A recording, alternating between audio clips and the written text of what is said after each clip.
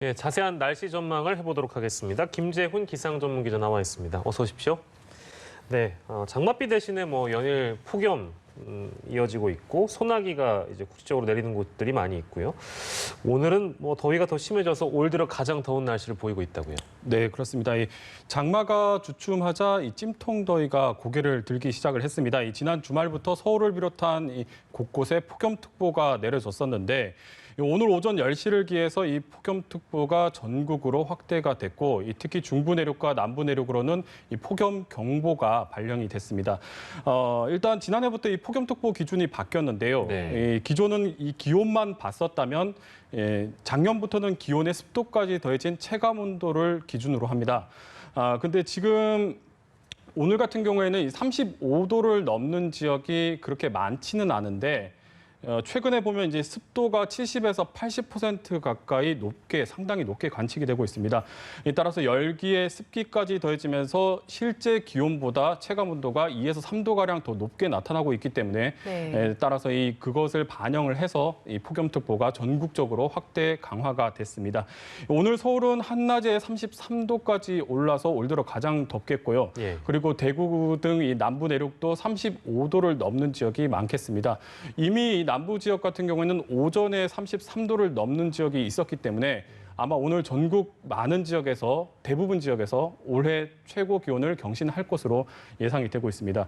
이렇게 폭염이 계속되면서 대기가 불안정해지고 있습니다. 이 대기 불안정으로 연일 내륙에 강한 소나기가 쏟아지고 있는데 오늘도 내륙을 중심으로 강한 소나기가 내릴 것으로 예상되고 있기 때문에 국지성 호우에는 또 주의를 하셔야겠습니다. 네, 습도 말씀해 주셨는데 요즘 그냥 더운 게 아니라 습해서 더 덥습니다.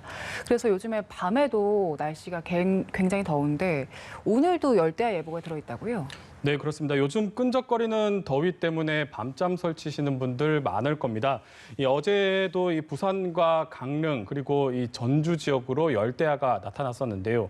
이 열대야는 전날 오후 6시부터 다음날 오전 9시까지 최저 기온이 25도 이하로 떨어지지 않고 유지되는 현상을 말합니다. 그러니까 오늘 이제 강릉 지역의 최저 기온이 25.5도를 기록을 했었는데 웬만한 아침 기온이 웬만한 초여름 낮 기온만큼이나 높았다. 이렇게 얘기를 할 수가 있습니다. 이렇게 열대야가 나타나는 것은 이제 습기가 원인입니다. 이 수증기는 대기 밖으로 나가는 열을 붙잡아두는 성질이 있습니다. 그런데 이제 앞서 전해드렸지만 최근에 습도가 상당히 높게 나타나고 있는데 습도가 높다는 것은 대기 중에 수증기가 많다는 얘기입니다. 따라서 이 수증기가 낮 동안 달궈진 열기를 밤에도 붙잡아두면서 밤에도 열기가 식지 않고 더위가 계속 이어지는 겁니다. 비유를 하자면 이제 수증기가 온실 역할을 하고 있다. 이렇게 얘기를 드릴 수가 있겠고요. 오늘도 이제 열기에 많은 습기가 더해지면서 밤사이 열대야가 나타나는 곳이 많을 것으로 보여집니다. 특히 이제 서울 지역 같은 경우에는 올해 첫 열대야가 나타날 것으로 전망이 되고 있습니다. 예, 알겠습니다. 앞서서 리포트에서 저희가 만나봤습니다만 이 장마가 끝났는지 싶은 그런 의문들이 많이 나오고 있네요. 워낙 그 폭염이 이어지고 이 비 예보가 지금 열흘간 없는 그런 상황이라서 장마 종료가 됐다고 봐야 되는 건가요? 어떻습니까? 네, 일단 폭염과 열대야가 기세를 올리면서 올해 장마가 예년보다 좀 일찍 물러날 조짐을 보이고 있는 것은 사실입니다. 이 제주도를 제외하면은 지난 8일 이후부터는 장맛비, 그러니까 정체전선에 의해서 내륙에는 비가 내리지 않고 있습니다. 그리고 이제 지난 주말 같은 경우에는 장마전선이 일본 부근에서 분석이 됐었는데 오늘부터는 일기도상에서 이 정체전선이 사라졌습니다. 그러니까 이 장마전선이 그만큼 세력이 약화됐다 이렇게 얘기를 드릴 수가 있는데요. 이렇게 장마가 주춤하다 보니까 올해 장마 벌써 끝난 게 아니냐 이런 말이 많이 나오고 있습니다. 남부지방 같은 경우에는 이제 좀 기록적인 폭우가 쏟아졌지만 이 중부지방 같은 경우에는 좀 체감하기 어려울 정도로 장맛비가 뜸했습니다. 그리고 이제 올해 장마가 39년 만에 가장 늦게 시작한 지각장마였는데 지금 장마가 좀 벌써부터 힘을 잃기 시작을 하면서 중부지방에 계신 분들은 올해 장마가 유독 더 짧게 느껴지실 것 같습니다. 따라서 뭐 일부에서는 올해 장마가 지각한 게 아니라 결석한 게 아니냐 뭐 이런 얘기가 나올 정도인데 앞으로 예보를 보면 이제 최소 열흘간은 장맛비 소식이 없습니다. 뭐 통계적으로 보면 장마가 보통 7월 23일 무렵에 끝이 나는데 기후적으로 봤을 때도 그때쯤 끝나는데 앞으로 이제 열흘간 장맛비 예보가 없으니까 이제 뭐 장마가 사실상 마무리 수순에 들어간 게 아니냐 이런 분석이 나오고 있습니다. 하지만 이제 기상청은 이 장마 종료에 대해서 좀 상당히 신중한 모습을 보이고 있습니다. 네. 뭐 장마에 가장 큰 영향을 주는 북태평양 고기압의 세력 변화에 따라서 이제 뭐 상황이 바뀔 수가 있고 특히 태풍 같은 아주 큰 기상 현상이 발생을 했을 때 기압계가 크게 바뀌면서 다시 뭐 비가 연속으로 이어지는 현상이 나타날 수 있기 때문입니다. 따라서 이제 기상청은 이제 워낙에 이 국민적 관심이 크기 때문에 자료를 면밀하게 분석하고 장마 종료에 대한 최종 여부를 판단하겠다 이렇게 밝혔습니다. 네. 올여름 장마가 끝이 난 건지 주춤한 건지는 아직 모릅니다만 그 쉬는 동안에 폭염과 열대야가 계속 이어지더라고요. 올여름 얼마나 덥겠습니까? 네, 이번 주 내내 찜통 더위가 이어지겠습니다. 앞서 잠시 언급했지만 앞으로 열흘간은 이 소나기만 내리겠고 장맛비 소식이 없고 열대와 폭염이 계속될 것으로 전망이 되고 있습니다. 당분간 이 폭염을 꺾을 만한 기류 변화가 예측이 되고 있지 않기 때문에 이 지면으로는 열기가 차곡차곡 쌓이면서 이 더위가 더 심해질 것으로 예상이 되고 있습니다. 특히 이제 가장 걱정되는 부분이 이제 장마가 예년보다 일찍 힘을 잃었기 때문에 장마가 좀 폭염이 장기화되는 것이 아니냐. 그러니까 앞서 전해드렸지만 7월 말에서 8월 초가 기후적으로 가장 무더운 시기인데 벌써부터 이렇게 덥기 시작하면 그때까지 더위가 이어지면서 폭염이 길게 이어지는 게 아니냐 뭐 이런 걱정이 나오고 있는데 아직은 이 부분에 대해서 뭐 확정적으로 단언하기는 좀 어렵지만 뭐 기류 변화가 상당히 유동적이고 그렇기 때문에 좀 상황을 지켜봐야 되는 부분인 건 맞습니다.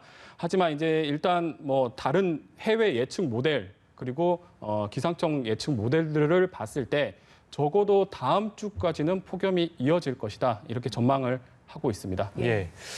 가정입니다만 실제로 이번 주부터 장마가 끝난다 이렇게 되면 2018년에 아주 더웠던 그런 폭염이 도래하는 거 아니냐 이제 이런 우려를 하시는 분들도 계시더군요. 이 부분은 어떻게 봐야 될까요?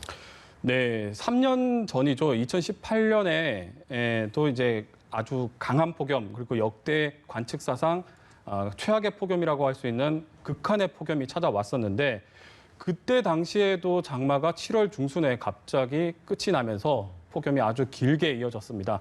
올해가 이제 그때 상황과 상당히 닮았는데 기류적인 부분에서도 상당히 많이 비슷한 상황이 있습니다.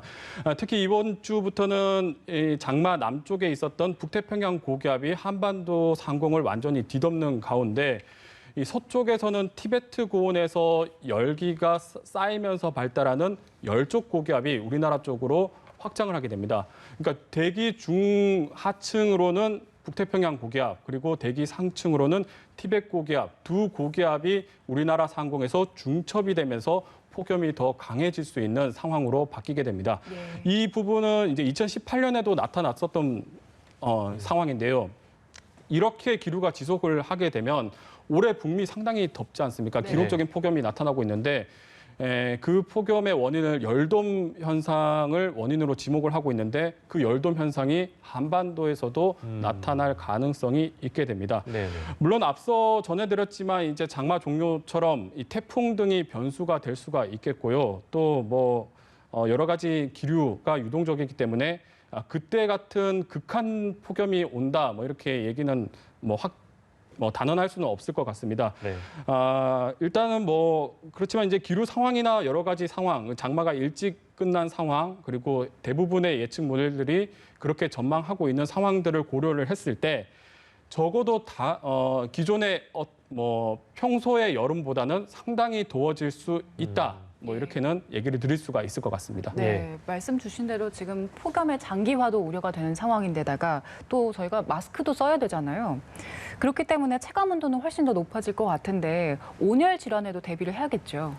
네, 그렇습니다. 이제 폭염 피해를 이제 가장 줄일 수 있는 방법은 가장 더운 시간대에 바깥 활동을 하지 않는 게 좋습니다. 뭐 당연한 얘기겠지만 대부분의 온열 질환은 야외에서 발생을 하기 때문에 가장 뜨거운 오전 11시부터 오후 5시 사이에는 바깥 활동을 하지 않는 게 좋습니다. 되도록이면 실내에 머물고 또 실내에서도 열이 축적될 수가 있기 때문에 통풍이나 환기에 신경을 써야 되겠습니다. 만약 불가피하게 바깥에서 작업을 할 경우에는 충분히 휴식을 취해야 되겠고 또 목이 마르지 않더라도 이 수분을 자주 그리고 충분히 섭취를 해야 되겠습니다. 물론 이제 고령층이 폭염에 가장 취약하겠지만 최근 미국이나 일본 사례를 봤을 때 20대와 30대에서도 폭염 사망자가 꽤 발생을 하고 있습니다. 일사병이나 열사병 같은 경우는 그날 당일 컨디션에 따라서 그 정도가 결정이 될 수가 있기 때문에 폭염에는 맞서지 말고 최대한 피하는 게 가장 좋은 방법이라고 할 수가 있겠습니다. 또 이렇게 폭염이 이어지면 이 농가에도 피해가 걱정이 되는데요. 축사 같은 경우에는 송풍 장치 그리고 분무 장치를 잘 점검을 해야 되겠고 또 양식장에서는 차각막을 설치를 해서 피해를 최대한 줄여야 되겠습니다. 올해는 예년보다는 이제 좀 한여름 더위 그러니까 찜통 더위가 일찍 시작이 됐기 때문에 폭염이 장기화할 수 있는 가능성이 큽니다. 따라서 좀 잘 대비를 해서 건강하게 여름을 나야 되겠습니다. 예, 알겠습니다. 날씨 전망해봤습니다. 김재훈 기상 전문 기자와 함께했습니다. 고생하셨습니다.